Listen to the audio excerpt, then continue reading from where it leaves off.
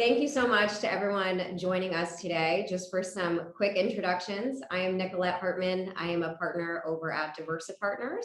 We are the go-to executive search firm for venture-backed and hyper-growth tech companies. For the past, I'd say 30 plus years, we have served as strategic partners to founders, operators, venture capitalists, the private equity community as they build the most disruptive companies of this generation. And speaking of disruptive companies of this generation, I am joined by Keith Rabois, a partner over at Founders Fund. Keith is known for his early investments in DoorDash, YouTube, Airbnb, Palantir. He's known for his operating roles at Square, LinkedIn, PayPal, and also as a founder of Open Door, CEO and founder of Open Store. So Keith, I am very glad to have you here with us today, talking all things Miami, or I should say thank you for having us in the beautiful Founders Fund Miami office. But as most people know, Miami has seen just an incredible influx in investors, operators, venture dollars being poured into the community. So we're really excited to talk about all things Miami, our industry, and really what the future looks like. So thanks for being here today. Sure, pleasure to be with you. Awesome. So as we talked about, we've seen, just a tremendous amount of growth happening in this city. And as someone like yourself who has spent the past 20 years in Silicon Valley, I'm, really curious what made you personally want to move here, because you also saw, post 9/11, you were there through the 2008 crisis. So I'm really curious, why now? What personally made you want to move here with your family? Yeah, well, we made a decision, both personally and professionally, that California was inevitably in decay, and San Francisco, the Bay Area specifically, even in a more acute decay. And rather than suffer through it, we figured we only live once, might as well be happy. We wanted our family, wanted our fund, wanted our founders to be happy. I sort of had this hypothesis that entrepreneurs are people too. And if you give people the opportunity to be both happy and professionally ambitious, they will choose the combination every time. In the Bay Area and in California, you just have to suffer through overtaxation, overregulation, homelessness, personal safety issues every single day of your life. So for example, I actually, every week in my last 5 to 10 years in the Bay Area, literally every week, somebody associated with me professionally or personally would be assaulted or a victim of crime.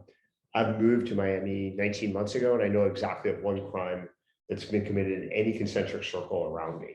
It's just a completely different world. And I had always conflated the two of living in an urban environment with all the disadvantages of traffic, overregulation, crime, homelessness, drugs, et cetera. And in Miami, we have safety, security, peace of mind. Awesome. It's very hard to build a company if you're distracted all the time by threats to your family. Yeah, I bet. I saw a lot of that too, personally, when we were making the move here. It was easy coming from New York City to see, especially as a new mom, a lot of the benefits that we would have as a family here. So it makes a ton of sense. And I would say there's still a lot of people though who have their other opinions on Miami, right? It's very different politics than what we're used to in New York and San Francisco. It's expensive to live here, rising Well, not costs. compared to San Francisco or New York, maybe compared to middle America. But one of the things we do when we recruit people to move to Miami is we have a real estate agent as part of our recruiting process, and she takes people home shopping, and the significant other is always blown away with the options that are available for the prices that people are used to in the Bay Area, at least. Yeah, that is a really true point. And I think that's not what's always displayed in the media, right? You hear, oh, the costs are going up. So not everyone from the outside looking in realizes. So to give you real stats, I just saw the study last week. To own a home in Miami, the income you need to afford a home in Miami, even with the last year or so of hyper growth and hyper acceleration of pricing, is $117,000. That's it. In New York, it's multiples of that. In the Bay Area, it's definitely multiples of that. Even in Austin, it's 50% higher. So Miami is very affordable for people who work in tech, who are executives, who are design leaders, product leaders. Anybody who's had any traction, success, career trajectory can easily afford homes in Miami, which is not necessarily true in New York and in the Bay Area, and not true in parts of LA either. That's great. That's great data. And again, a lot of that you don't often read about. So I appreciate you sharing that. What do you say though, in terms of people say things like there's lack of infrastructure, the school systems aren't as great, there's not as many tech universities around here? Like, how do you think that needs to evolve and change? The school systems in Miami are actually pretty good. Again, it depends compared to where you're coming from. In New York, there are a lot of options, at least at the private school level, that have historically been, great places to educate kids. In the Bay Area, there's basically not many choices, particularly in San Francisco, San Francisco. It would be like almost child neglect to raise a kid in San Francisco, if you cared about the future of your children. So the Southern Peninsula, Palo Alto, Atherton, Mountain View does have options that have historically produced, great students, are still probably good educational systems.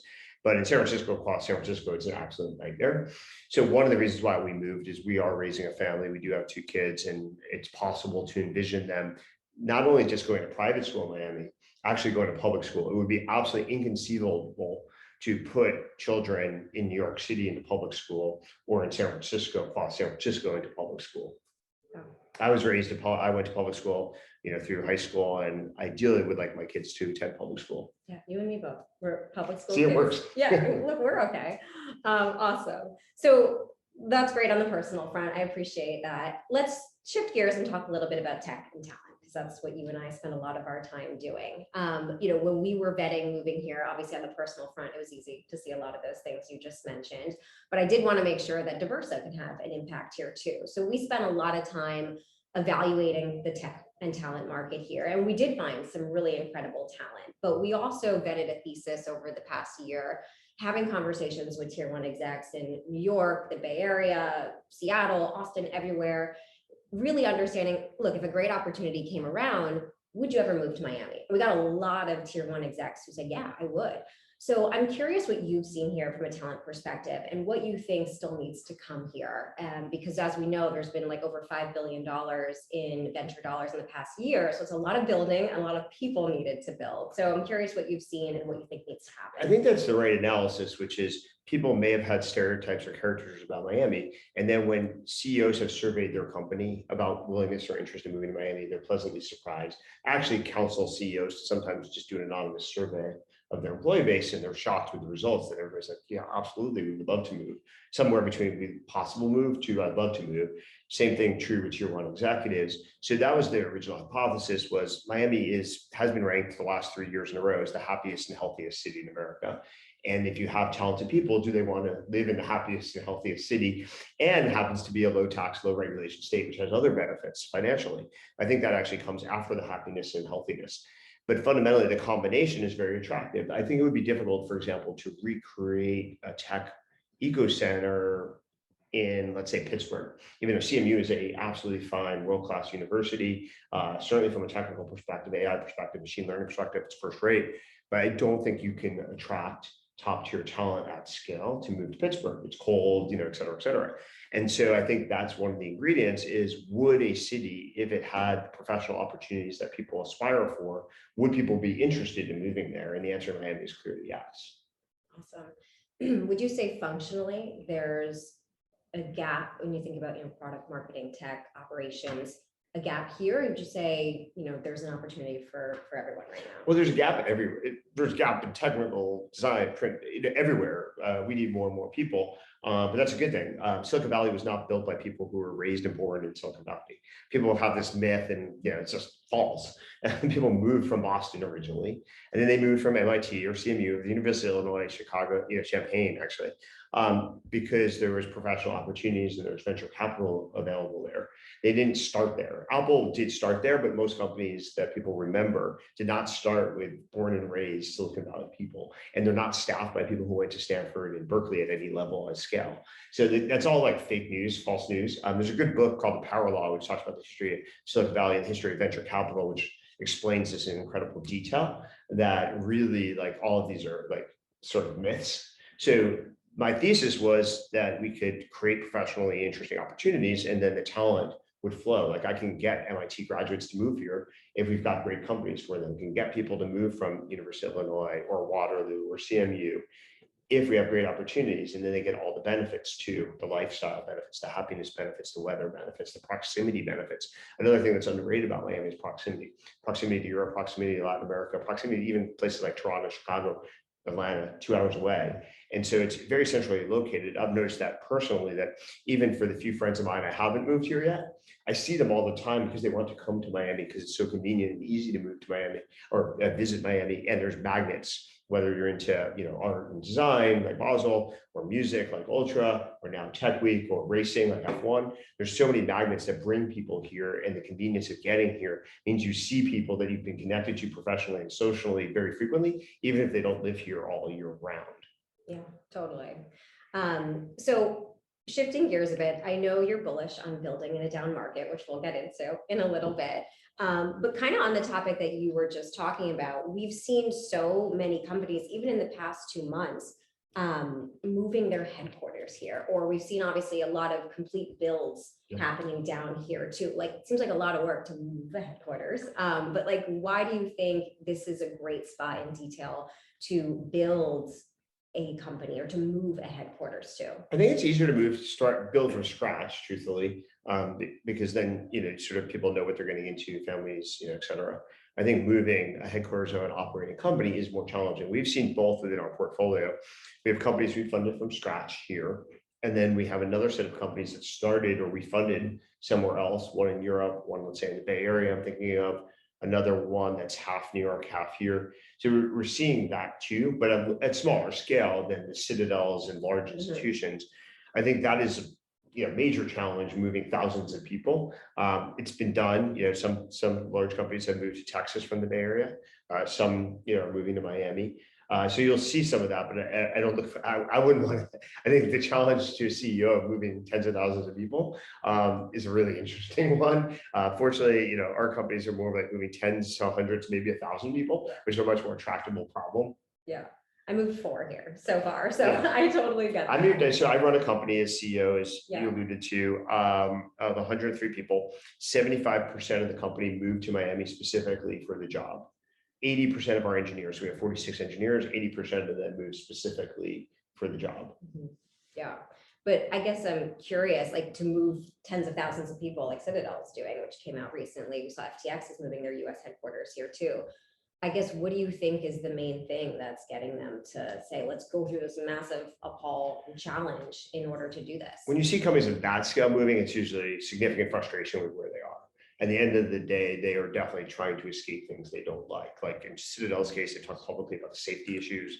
In other cases, maybe tax and regulation. You definitely need a reason and a cause to move that many people. Building from scratch with with an empty slate, sort of whiteboard, where's the best place? A lot easier. I think typically, though, the large institutions are very, very frustrated and basically have concluded that they're not going to make any real progress where they are. And so they have to bite the bullet and really take the pain and then eventually be better off. Yeah. And that bullet leads to Miami. Yeah. Cool. If you want warm weather, low taxes, low regulation, proximity, international airport, you don't have that many choices in the United States, actually. Yeah, absolutely. So talking a little bit about the economy, obviously everyone has their opinion on it right now. All you have to do is turn on your news outlet of choice and you'll hear a variety of different things that are happening right now. And I can't help but take a step back, and I feel a little conflicted because you and I live in this bustling, hyper growth, innovative world, but at the same time, we're still reeling with the effects of, supply chain issues, the war in Ukraine, effects on gas and energy, inflation, rising interest rates. I guess, how do you reconcile this rapid tech innovation with what's happening in the economy right now? Well, tech's mostly divorced from many of those drivers. The one that's most complicated is the effect of interest rates. Basically, a lot of tech companies are predicated on borrowing capital one way or the other, whether debt or equity, in repaying that over a long period of time by making money over sometimes decades. And so as the cost of capital goes up, the price of borrowing from the future becomes very different. So in the last decade, a lot of companies basically took the cost of capital as almost a marginal expense of zero or rounding to zero. And so it's easy to just flush capital at problems because it wasn't that expensive to do so. And you had a very long time horizon before you had to pay that back. That has obviously changed and will continue to change as spec interest rates still have a little bit more room to go up before they go down. And so the cost of capital to a founder, to an entrepreneur, to an executive is significantly different. And hence the cost of an investment decision that pays dividends years out is incredibly expensive. So how people fund their companies, how people grow their companies, how people manage their companies is going to have to change. Yeah. And I guess what advice do you have for people who are, trying to fundraise right now in a little bit more of a competitive market? Well, I think fundamentally you have to show progress at a faster tempo. The level of scrutiny that investors are going to apply is significantly greater than it was 1, 2, 3 years ago. And therefore, the marginal economics, the marginal units of progress need to be working sooner rather than later. Nobody really wants to fund things that might work versus they're working right now. It's a risk appetite change. Like as cost of risk-free investments change, the risk appetite of investors that are pretty rational about this stuff also will change. Yeah. So bringing it back to Miami a little bit, you're a very prolific, outspoken, brilliant investor. And what do you see happening in this market that maybe others don't see as it relates to the future? Like when you think about the next 5 to 10 years, what do you see happening here? What are some of the trends that you think are going to work? Do they have longevity? Yeah, so we had a couple of hypotheses, I'd say. One is that the future of tech is the blend of art, design, and pop culture with tech would be the future. And Miami is actually the epicenter of blending those environments in the United States. And so we had a thesis that just like 12 years ago, Mark Andreessen, sort of coined the phrase of software eating the world. Right now, we think software is going to eat pop culture. And you're going to see this fusing, and we're better to find that fusing and the opportunity to fuse is a place that actually naturally fuses fields. And so Miami is the obvious choice in the United States. You could argue that South Korea internationally, globally, fuses technology and pop culture quite well. It's a more insular market, so I'm not sure I could be successful, or Founders Fund could be successful there, but it definitely blends technology innovation with pop culture really well. And Miami's, the American version of that. So that's one big trend that we're excited about. Second thing is that ultimately, if California declines in influence, the question is where's going to grow? So we looked at our data, for example, we're currently finishing up Founders Fund 7. We basically typically deploy capital within a 2.5 to 3 year time horizon. So Founders Fund 7 dates back about 3 years. 50% of our investments in Founders Fund 7 were in California, 50% outside California. To show the difference, the one fund before, so Founders Fund 6, it was 75% California. So just in one cycle, we basically went from a majority by a lot, 75% California, BC, to 50. And I only moved, and nobody in Founders Fund moved outside California until halfway through Founders Fund 7. So the fact it was 50-50 massively understates the trend. So I would expect in Founders Fund 8, which we'll start investing in sometime early 2023, that California at most is 30-34% of the entire fund. And so that's the future right there. That's all of California, not just the Bay Area. Right. Interesting. Outside of Miami, what other major markets are you guys seeing pop up? We definitely are investing more in New York than we used to. Like I looked at my data from Founders Fund 7. So 12% of my investments were in New York City, which is up from almost 0. Wow. So that's a pretty considerable improvement and change. 15% actually were US, non-Miami, non-New York, non-California. So we're starting to see diversity of where we invest all throughout the United States, which is an interesting trend too. Yeah. Outside of the pop culture and software, pop culture eats software, which I'm very excited to see more about. Any other major trends in Miami that you think have longevity here? Well, the other thing that's most interesting about Miami is it's a very diverse community. People have very different views. Roughly half the city would vote for someone like President Trump. The other half would probably vote for President Biden. And so in any concentric circle of people that you interact with professionally, socially, there's always people who have different views than you do. And so you just have to learn to engage with people that think differently. And I think that's a very healthy thing. Whereas in the Bay Area, 99%, somewhere between 97 and 99% of people think the same. and they pretend that that's interesting. Here, it's literally 50-50. There's no place you can go. There's nothing you can do. There's no group of people you can hire without having to engage with people that have different views. And I think that's a healthy thing for society. And it stands out the first day, the first week you move here. Yeah, I've seen that very quickly as well. Awesome. So I'm going to play devil's advocate a little bit and Sure. take your optimism hat off. What makes this whole move to Miami a bad thing? Like, where are the gaps? Are there holes? Like, what challenges does Miami face? Well, the biggest challenge is company startups take time to bake. Like you can't, to paraphrase, you can't really microwave a startup. Like it takes time to bake. You have to go kind of old school. And like you can't force a startup to be successful in 1, 2, 3 years. And I kind of knew this when I moved to Miami. I thought it'd be like a 10-year process of building a new tech ecosystem to offset the decay of Silicon Valley. And 10 years works for me because that's like the classic timeline of the venture fund. That's our time horizon. So it seemed pretty normal. But we're going to be successful much faster than 10 years. But that was the goal. And startups are the same. So what we need in Miami are, as Bill Gurley tweeted, 3 $10 billion plus companies. Once we have 3 $10 billion companies, the ecosystem will take care of itself.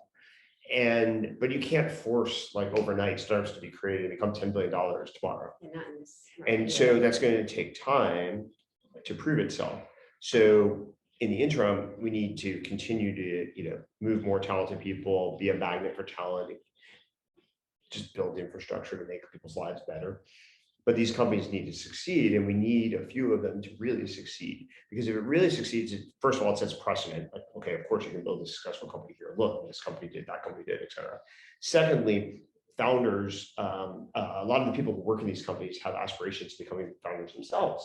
And if they and their family, like Miami, when they roll out of the company and start their own company, guess where they're going to build it?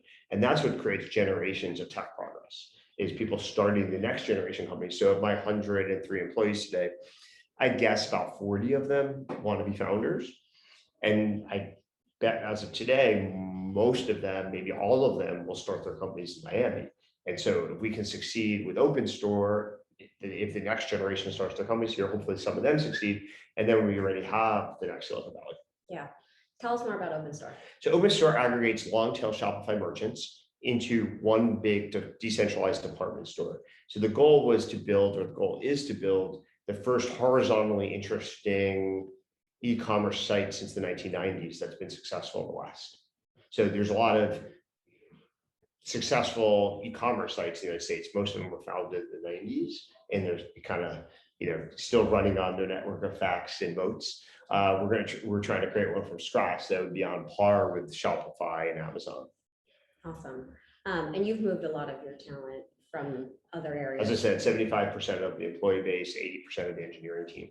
Yeah, from outside of Miami. Outside of Florida. Yeah. How do you think Daversa Partners can play a role in building the ecosystem here? Well, obviously, companies that are working tend to need executive leadership talent. And there's always an art of when you add talent to a mix. But basically, the company needs to create traction, usually on its own. And then there's roles for more traditional executives, leaders. And so the best thing you can do is help puzzle matchmake when the companies are succeeding so they reach their highest possible potential.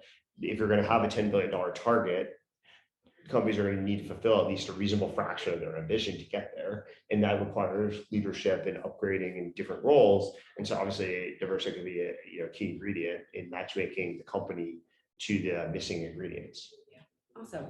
And just as we're kind of coming up on time here soon too, I guess what would you say to people who are considering Miami, but maybe not 100% sure if they should do it or not yet? Yeah, I think the best thing to do is actually spend some time here. And I would come down for at least a week, ideally closer to a month, somewhere between 1 and 4 weeks, and try staying on the Miami side, not the Miami Beach side. Mm-hmm. Miami Beach is really for tourists, and it is sort of like Vegas on the beach. Miami, where we're sitting right now in the middle of Miami, is like a real city. And I think getting a feel for the real city is the best way to do it. It's the best way to test out the city. But go through a week, not a weekend. See what a Monday's like, a Tuesday's like, a Wednesday versus like a Friday, Saturday. Yeah. What surprised you the most about coming here? Pretty much first of all, I'd say how easy it was to move. So I moved 9 of my 12 closest friends. Mm-hmm. Secondly, that everybody was so welcoming. That's partially a history legacy of Miami as a magnet for immigrants, Florida as a magnet for immigrants. Nobody's really from Florida originally. When I first moved here, the first week, one of our senators called me up and he said, "Welcome to Miami. How's everything going?" I said, "It's great. Everybody's really friendly." And he said, "Yeah, you have to remember, we're the only state legislature where more than a majority of the state legislators were not born and raised in Florida. And 3 of the last 4 governors were not born and raised in Florida. So this place is just welcomed outsiders, but it wasn't that obvious to me before I moved here. And then third is I can't find anything I don't like.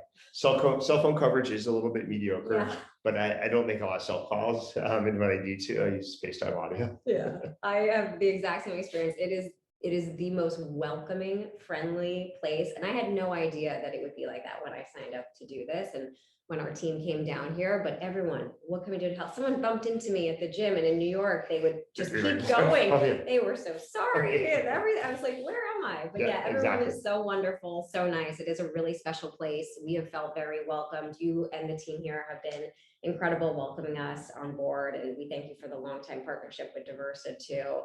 So thank you for the time. Sure, I absolute really pleasure. appreciate it, and I'm excited for what's to come in Miami. Cool, welcome. Thank you. Thanks everyone for joining.